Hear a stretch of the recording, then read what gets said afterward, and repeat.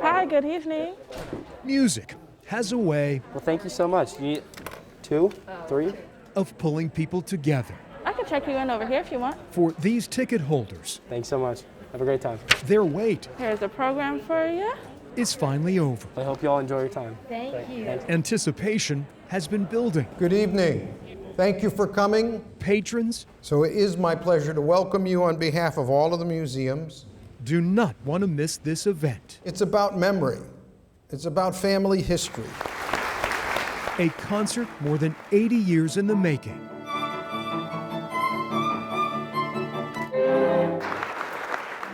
Taking center stage on this night, the instruments. Violins of Hope is a traveling exhibit crisscrossing the globe. It's a very unique instrument. Avshi Weinstein is the co-founder. Some of them can take 1 or 2 years of restoration. The Israeli woodworker and his father Amnon build and restore violins in their workshop 6,000 miles away. You have to be rather very, very precise. The duo's specialty? Strings with a story.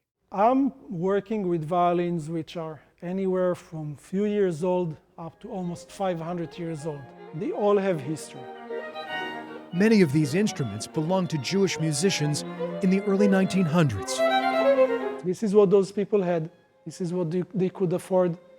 The good stuff was confiscated. Their violins survived. Many of the music makers did not. We tried to bring them back to life. And with them, the story of their previous owners. Avshi launched the Violins of Hope to honor his 400 family members who perished in the Holocaust. They all tell us the story of the war. This war is built from hundreds of millions of people's stories, good or bad, sad or happy. If you listen closely, Avshi says you hear the souls of the original musicians. When a person plays on an instrument for a very long time, he leaves something of himself or herself inside the instrument. And I heard the music coming out of these violins from the Holocaust.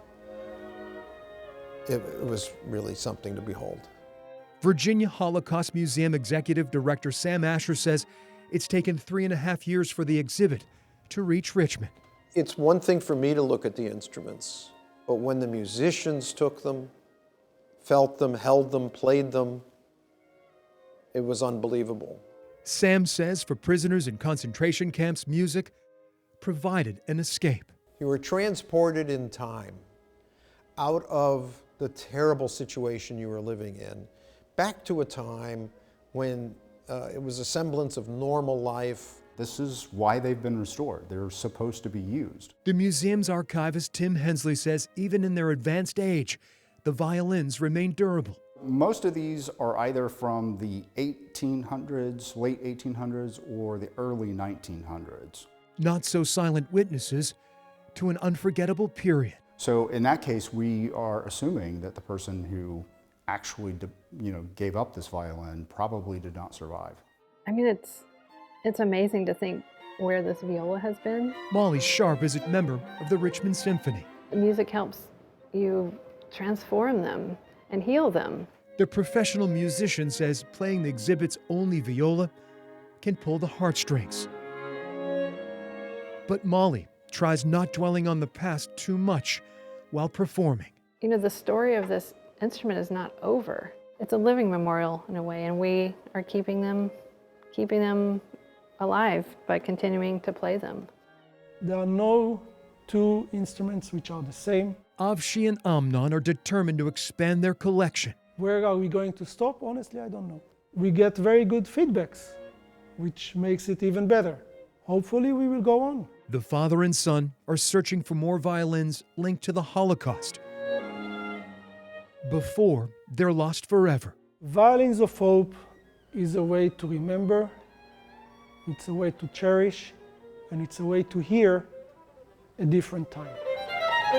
For Avshi Weinstein, the power of Violins of Hope rests in the sound. In the end, we only know the final result when the violin is being played. Sadness and joy reverberating across the decades. sound that not only brings people together, but it can also bring them to their feet.